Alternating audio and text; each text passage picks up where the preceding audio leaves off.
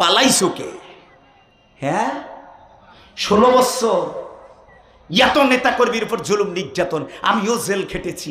আমরা তো পালাই নাই, আমরা তো পালাই নাই। রাতারাতি পালাইতে ধরো, কোটি কোটি টাকার মালিক, কলার পাতায় শুয়ে থাকো। কথা বলো ঠিক কিনা? আবার নতুন করে যদি কেউ এরকম দুর্নীতি ফেসিবাদ যদি তৈরি হয়, ঠিক আগামী দিনে ওদের মতনও কিন্তু পালাবার পথ খুঁজে পাবে না।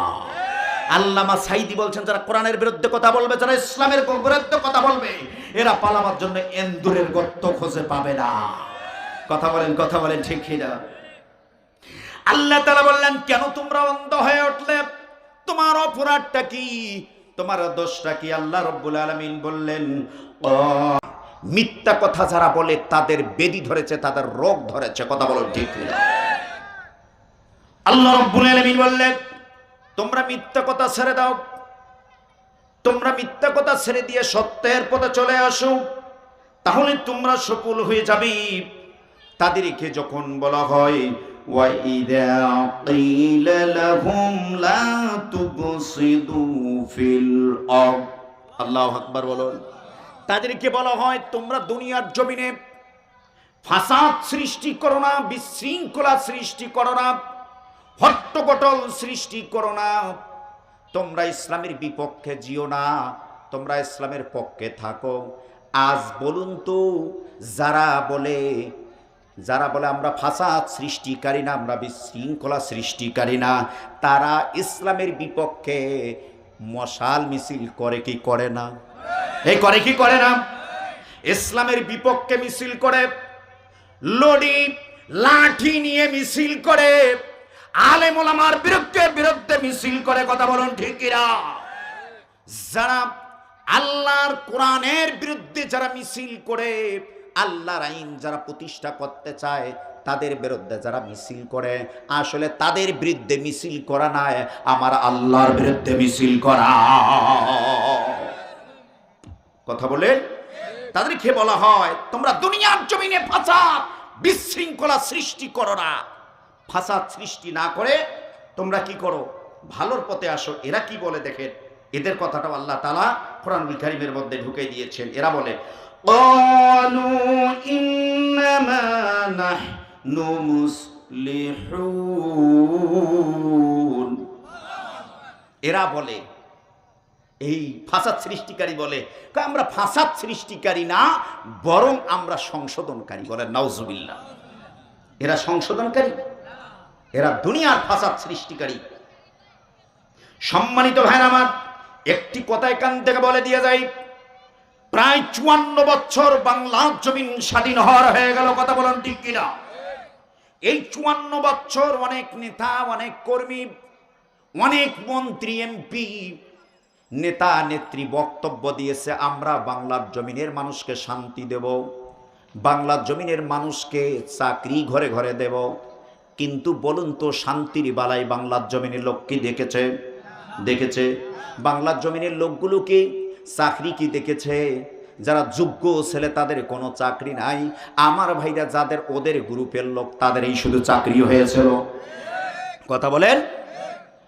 কিন্তু এবারকার মানুষের চেতনা উঠে গেছে।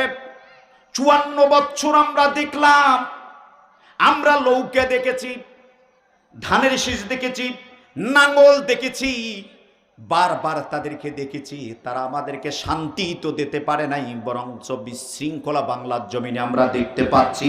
এবার মাঠে ঘাটে, হোটেলে রিক্সা চালক, ভ্যান চালক, ড্রাইভার, হেল্পার, সকলের মুখে একটাই কথা হলো, এবার বাংলার জমিনে আমরা আর কাউকে দেখার সুযোগ নাই। এবার দেখলো আমরা ইসলামের পক্ষে, বাংলাদেশ জামাতি ইসলামকে আমরা দেখব দাঁড়িপাল্লাকে। কথা বলেন। কথা খারাপ বললাম নাকি? হ্যাঁ, সব দেখেছি, আর দেখার কোনো সুযোগ নাই। আর দেখার কি নাই? সম্মানিত ভাইরা আমার, চাঁদাবাজি, দুর্নীতি আর রাজনীতি কিন্তু এক নয়। কথা বলেন ঠিক কিনা? এই যে গত পরশুদিনের একটা নিউজ আপনাদেরকে শুনাই দেই, যেহেতু আমি রংপুর বিভাগের লোক। আমার ভাইরা, ফারিস্ট নামে একটা বিমা ছিল, এই বিমা কোম্পানি ছিল, একটা এনজিও ছিল। গত ৫০ দিন প্রায় ১৩৭ কোটি টাকা নিয়ে তারা উধাও হতে ধরছিল, কিন্তু জনগণ তাদেরকে ধরে তাদেরকে আজকে আটকে রেখেছে। এটা দুর্নীতি, কথা বলেন ঠিক কিনা? এটা দুর্নীতি। বাংলার জমিন থেকে দুর্নীতি উৎখাত করার জন্য কাজ করছে আলেম ওলামা, ইসলামী আন্দোলনের কর্মীরা, আর এক বামপন্থীরা নতুন করে ফেসিবাদ তৈরি হয়ে এরা টাকা টুকা খাইয়া এরা আবার কি করে এটাকে পার করে দেওয়ার পরিকল্পনা সিদ্ধান্ত গ্রহণ করে। কথা বলেন ঠিক কিনা? এই সুযোগ আর হবে না, এই সুযোগ আর হবে না। সম্মানিত ভাইরা আমার, আল্লাহ রাব্বুল আলামিন চমৎকার করে নবীজিকে বললেন, নবীজি এরা ফাসাদ সংশোধনকারী না, এরা ফাসাদ সৃষ্টিকারী, অতএব এদেরকে বিশ্বাস করা যাবে না। আল্লাহ রাব্বুল আলামিন চমৎকার করে বললেন, আলা ইন্নাহুম হুমুল মুবসিদুনা ওয়ালাকিল্লা ইয়াশউরুন। আরো জোরে জোরে বলেন আল্লাহু আকবার। আল্লাহ তাআলা বললেন, হে নবী এদেরকে বিশ্বাস করো না, এদের কথা মানা যাবে না। এরা হলো টাটকা মুনাফিক। কথা বলেন ঠিক কিনা? এরা হলো টাটকা মুনাফিক, এরা হলো চতুষ্পদ জানোয়ার, তার চাইতে নিকৃষ্ট। কথা বলেন ঠিক কিনা?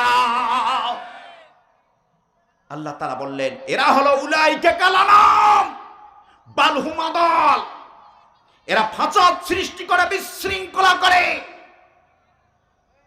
এরা ইসলাম নিয়ে সিনেমিনি করে, এরা মানুষের তৈরি করা মতাদর্শকে প্রতিষ্ঠা করার জন্য ইসলামী আন্দোলন কর্মীদের উপর যারা লাফিয়ে পড়ে লেনিন কার্ল মার্কসের আইনকে তারা প্রতিষ্ঠা করতে চায়।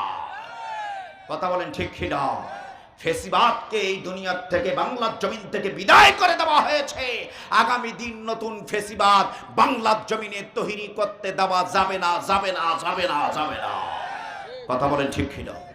তৈরি হতে দেওয়া যাবে না, সম্ভবই না। সম্মানিত ভাইয়েরা আমার, একটি কথা না বললে নেই, বলবো আসছি বইলা যাই।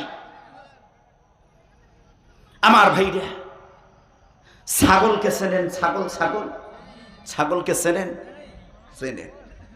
এই ছাগল ঘর থেকে বাইর করার সময় সকালবেলা টান দেবেন, ও কঠিন ব্রেক দেবে। কঠিন কি দেয়? ব্রেক দেয়। ব্রেক দেওয়ার পর তার মালিকের মন্তব্য বোঝে আমাকে কোন দিকে নিয়ে যায়, দেওয়ার পর দেখার পরে ব্রেক ছেড়ে দেয়। আবার কিছু দূর যায়, আর একটা ব্রেক ধরে আসলে আমাকে জবাই করার জন্য নিয়ে যাচ্ছে না, খাওয়ার জন্য নিয়ে যাচ্ছে, যায়। তারপরে ব্রেকটা ছেড়ে দেয়, যাওয়ার পর সামনে আরেকটু হালকা ব্রেক ধরে, আসলে কোন জায়গায় নিয়ে যায়। ছাগলটা ৩-৩ বার ব্রেক ধরে বুঝে তার মালিকের মন্তব্য আমাকে কোথায় নিয়ে যায়। কথা বলেন ঠিক কিনা? আমার ভাইরা, ছাগলকে কি দেখিয়ে আল্লাহ তোমাকে সৃষ্টির সেরা জীব, আল্লাহ তাআলা তোমাকে সৃষ্ট হিসাবে সৃষ্টি করেছেন, তোমার একজন পশুর বৈশিষ্ট্য দেখে ব্রেক দিয়ে তার মালিকের মন্তব্য বুঝার জন্য সে ৩-৩ বার ব্রেক দিল। আর তুমি কোন নেতার, কোন নেত্রীর পিছনে ছুটছ? আল্লাহর কোরআনের বিরুদ্ধে যারা আন্দোলন করে, যারা মুতি পানি নেয় না, পেশাব করে পানি নেয় না, যারা ট্যাবলেটকে গাছকেও বলে সাইড দাও, এমন নেতার পেছনে তুমি ছুটছ, একটাবার ব্রেক দিয়েও তুমি দেখলে না। তুমি ছাগলের চাইতেও নিকৃষ্ট। তুমি কি ছাগলের চাইতেও নিকৃষ্ট? আল্লাহ রাব্বুল আলামিন বললেন, এমন সব ব্যক্তির জন্য ওই ৭০ বছর আগে যে পাথর ছেড়ে দিয়েছিলেন ওই জাহান্নামের জন্য তাদেরকে আল্লাহ সৃষ্টি করেছে। সম্মানিত ভাইরা আমার, ছোট্ট একটা ইবারত বলে দিয়ে দেই, কান লাগান। লুকমান হাকিম সুদানের ৩ জন ব্যক্তি কালো ছিলেন, তার মধ্যে একজন কালো ছিলেন হযরতে বেলাল রাদিয়াল্লাহু তাআলা আনহু। ২ নম্বর কালো ছিলেন মুইস, হযরতে উমর রাদিয়াল্লাহু তাআলা আনহুর কৃতিদাস ছিলেন। ৩ নম্বর ছিলেন হযরতে লুকমান হাকিম কিন্তু নবী না, একজন জ্ঞানী অভিজ্ঞ ব্যক্তি। আল্লাহু আকবার বলুন। লুকমান হাকিম ছিলেন খাটো, কালো কুৎসিত মানুষ, তার ঠোঁট দুটো ছিল বড় বড়। লোকমান হাকিমের চেহারা দেখলে মানুষ ভয় পেত। এমন একজন মানুষ, কৃতিদাস ছিলেন। তার কৃতিদাস তার মালিকের মেষ ভরা গরু ছাগলগুলো চরাতেন মাঠে। মেষ ভরা গরু ছাগলগুলো মাঠে চরাতে গিয়ে মাঠের এক কোনায় ছোট্ট ছোট্ট ছেলেদেরকে নিয়ে আল্লাহর প্রশংসা নামক বক্তৃতা যখন দেন, এই বক্তৃতা শোনার জন্য ছোট্ট ছোট্ট ছেলেরা এক জায়গায় পালা হয়ে যায়। চিৎকার মেরে বলুন আল্লাহু আকবার। লুকমান হাকিম দ্বিতীয় দিন মেষ ভেড়া গরু ছাগলগুলো মাঠে ছেড়ে দিয়ে যখন বক্তব্য দেওয়া শুরু করলেন, আমার ভাইরা লুকমান হাকিমের বক্তব্য শোনার জন্য লোক চতুর্দিক থেকে ছুটে আসতে থাকলো। লুকমান হাকিমের কাজটা ভালো না খারাপ? ভালো না খারাপ? লুকমান হাকিম তৃতীয় দিন মেষ ভেড়া গরু ছাগলগুলো যখন মাঠে নিয়ে যে মাঠের এক কোনায় বক্তব্য দেওয়া শুরু করলেন, মানুষ এত পরিমাণ পালা হয়ে গেলেন। লোকমান হাকিমের বক্তব্য শোনার জন্য চতুর্দিক থেকে মানুষগুলো চলে আসলো।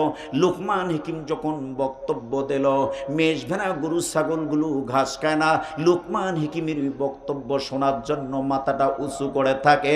মানুষের পেটে ক্ষুধা, মানুষ লোকমান হাকিমের বক্তব্য শোনার কারণে ক্ষুধা নিবারণ হয়ে যেত। আর জোরে জোরে বলেন আল্লাহু আকবার। লুকমান হাকিমের এই কাজটা খারাপ না ভালো? লুকমান হাকিম এই কাজ, এই বৈশিষ্ট্যর যখন কাজগুলো কত এক শ্রেণীর মানুষের গা জ্বলা পড়া হতো। কথা বলেন ঠিক কিনা? এই কথা বলেন ঠিক কিনা? আমার ভাইরা, প্রায় 15.5 বছর আমরা তাফসীর মাহফিল সুন্দরভাবে করতে পারি নাই। কথা বলেন ঠিক কিনা? অমুক নেতারে না রাখলে মাহফিল চলবে না, আমার নাম পোস্টারে নাই, মাহফিল বাতিল। ডিসি এসপি মন্ত্রী তাদেরকে পারমিশন নিয়ে মাহফিল করতে হতো। আমার ভাইরা, আল্লাহর কোরআনের মাহফিল করতে হবে, আর ওরা কেডা? ওদের কাছে বলে পারমিশন নিতে হবে। কথা বলেন ঠিক কিনা? আমার ভাইরা, যারা কোরআনের বিরুদ্ধে চরণ করে, যারা কোরআন নিয়ে সিনেমিনি করে, তাদের কিন্তু স্থান বাংলার জমিনে হয় নাই। কথা বলেন ঠিক কিনা? আর এখন যদি কেউ কোরআন নিয়ে সিনেমিনি খেলবে, আমার ভাইরা, নবীকে নিয়ে যদি কেউ বাজে মন্তব্য করবে, আমার ভাইরা, আলেম ওলামাদেরকে নিয়ে যদি কেউ সিনেমিনি খেলে, ইসলামের বিরুদ্ধে যদি কেউ স্লোগান দেয়, আগামী দিনের মোকাবেলা করার জন্য জিহাদের যদি ডাক দেওয়া হয়, ময়দানে নামতে রাজি আছি বাতিলের মোকাবেলা। এই উঁচু স্থানকে প্রাচীরকে বোঝানো হয়। আল্লাহু আকবার বলবেন না? এমন একটি সূরা থেকে আপনাদের সামনে আয়াতে কারিমা তেলাওয়াত করেছি। আমি আয়াতে কারিমার শাব্দিক অর্থ বলে এর প্রেক্ষাপট সম্পর্কে আলোচনা করার জন্য একটু অগ্রসর হব। আল্লাহ রাব্বুল আলামিন বলছেন, ওয়ালাকাদ যারানা লি জাহান্নামা কাসীরাম মিনাল জিন্নি ওয়াল ইনস। আল্লাহ রাব্বুল আলামিন বললেন, এক শ্রেণীর জিন এবং এক শ্রেণীর মানুষের জন্য আমি আল্লাহ নির্দিষ্ট করে জাহান্নাম তৈরি করে রেখে দিয়েছি। বলেন নাউজুবিল্লাহ। নির্দিষ্ট করে। তারপরে আল্লাহ তাআলা বলছেন, লাহুম কুলুবুল লা ইয়াফকাহুনা বিহা। যাদের কলব আছে, অন্তর আছে, থাকার পরে যারা উপলব্ধি করে না, বুঝে না। ওয়ালাহুম আয়ুনুল লা ইবসিরুনা বিহা। যাদের চোখ আছে, চোখ দিয়ে দেখার পরে না দেখার ভান করে। ওয়ালাহুম আযানুল লা ইয়াসমাউনা বিহা। যাদের কান আছে, কান দিয়ে শোনার পরেও না শোনার ভান করে থাকে। উলাইকা কাল আনআম বাল হুম আদল। এরা হলো চতুষ্পদ জানোয়ার, তার চাইতে নিকৃষ্ট। উলাইকা হুমুল গাফিলুন। এরা গাফিল হয়ে গেছে। এই আয়াতের হলো শাব্দিক অর্থ। এই আয়াত প্রসঙ্গে একটা হাদিস, হযরতে আবু হুরায়রা রাদিয়াল্লাহু তাআলা আনহু থেকে বর্ণিত,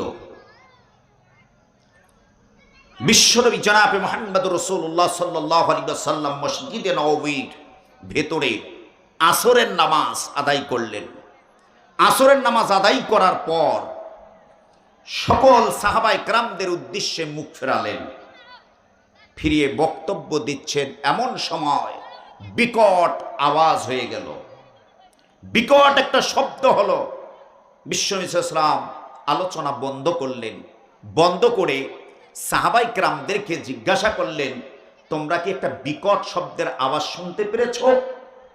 সাহাবায়ে কেরামরা বললেন, বিকট শব্দের আওয়াজ হয়েছে কিনা তবে জানি না, তবে আল্লাহ এবং আল্লাহর রাসূল ভালো জানেন। আল্লাহু আকবার বলুন।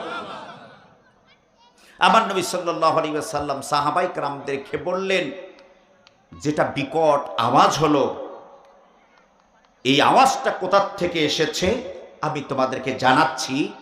সেটি হলো আল্লাহ সুবহানাহু তাআলা 70 বছর আগে জাহান্নামের মুখে একটা পাথর ছেড়ে দিয়েছিলেন।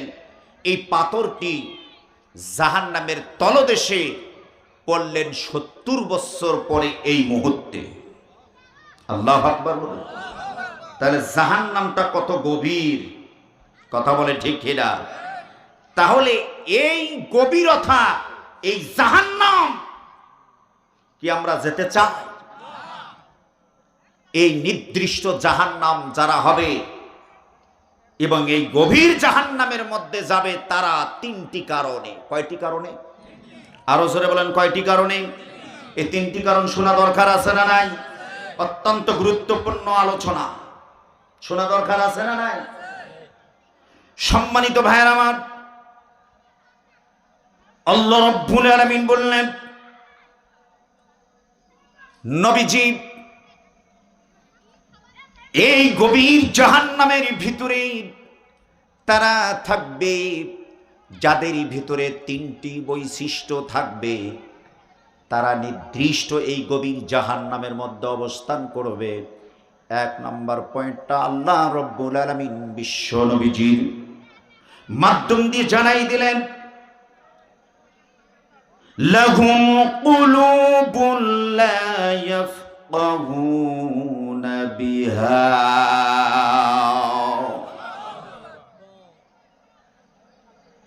যাদের কলব আছে, যাদের অন্তর আছে, থাকার পরে যারা উপলব্ধি করে না, যারা বুঝে না। এখানে ডাক্তার আছেন, শিক্ষাবিদ আছেন, মৌলানা আছেন, ইংরেজিতে বলা হয় হার্ট। কি ভাই? হার্ট একটা গোস্তের টুকরা। এই কল্প যখন আপনার নড়াচড়া বন্ধ হয়ে যাবে, যেমন ঘড়ি টিক টিক টিক টিক করে, ঠিক আপনার এখানে একটা হাত দেন, হাত দেওয়ার সঙ্গে কিন্তু একটু ঘড়ির মতন টিক টিক করবে, এটার নাম হলো কল্প। এই কল্প যেদিন বন্ধ হয়ে যাবে, এই কল্প যেদিন নড়বে না আর চলবে না, ঘড়ির মতন চলবে না, ঠিক সেই দিন আমরা হয়ে যাব লাশ। সেই দিন কি হয়ে যাব? লাশ। তাহলে একটা দামি জিনিস আল্লাহ আমাদের ভেতরে দিয়েছেন, কি দেন নাই? এই কল্প যাদের আছে, যারা উপলব্ধি করে না, যারা বুঝে না, আল্লাহ রাব্বুল আলামিন বললেন এই কল্প এবং এই গোস্তের টুকরার মধ্যে বেদি ধরেছে, রোগ ধরেছে। কি ধরেছে? রোগ ধরেছে। এই রোগকে সারার জন্য আমার ভাইরা বলুন তো, ঔষধ আছে না নাই? আছে না নাই? এই পৃথিবীর জমিনে যতগুলো মানুষ আছে, সমস্ত মানুষের রোগ হয় কি হয় না? আরো জোরে বলতে হবে। রোগ হয়। রোগ হলে ডাক্তারের কাছে গিয়ে প্রেসক্রিপশন মোতাবেক ঔষধ খেলে রোগ ভালো হয় কি হয় না? আরো জোরে বলেন। সম্মানিত ভাইরা আমার, আমি কথা বলবো কোরআন থেকে, দলিল দিয়ে দিয়ে কথা বলবো। আপনারা যদি আমাকে একটু সময় দেন তাহলে কথাগুলো সাজিয়ে নিতে পারি। আল্লাহ রাব্বুল আলামিন চমৎকার করে বললেন, ফি কুলুবিহিম মারাদুন ফাজাদাহুমুল্লাহু মারাদা।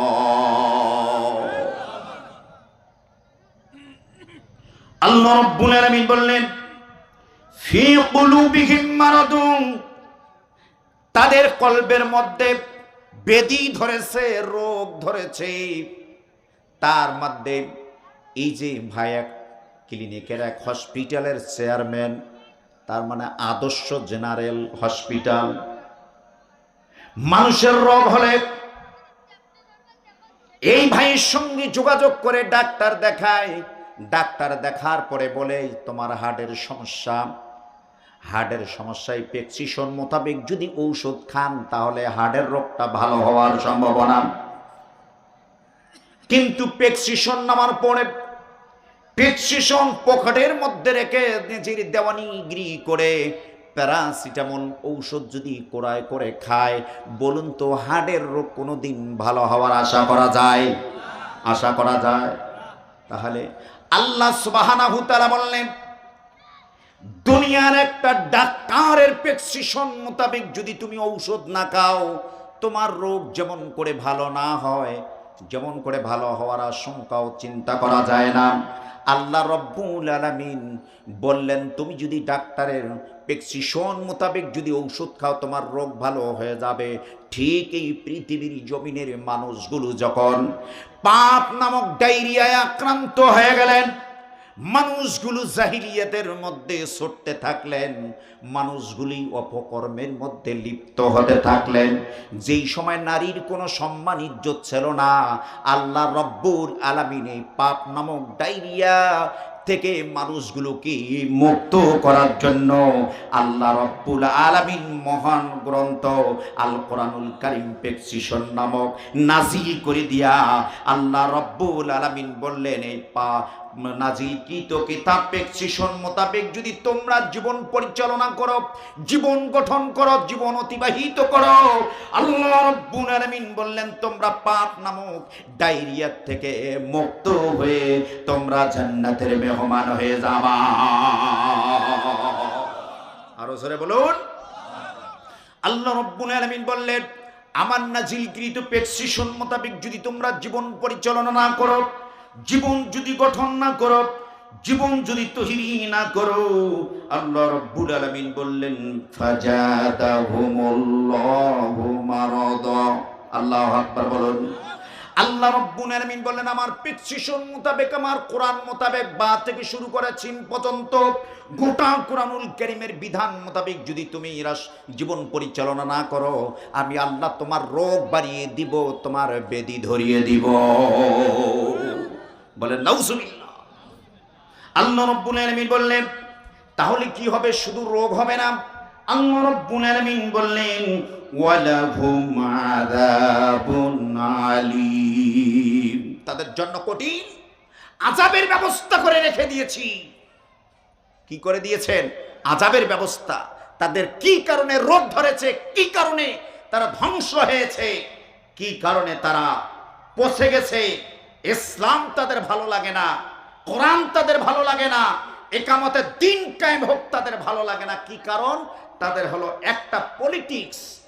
আমার ভাই আল্লাহ রাব্বুল আলামিন তাদের ব্যাপারে চমৎকার করে বললেন, বিমা কানু ইয়াকযিবুন।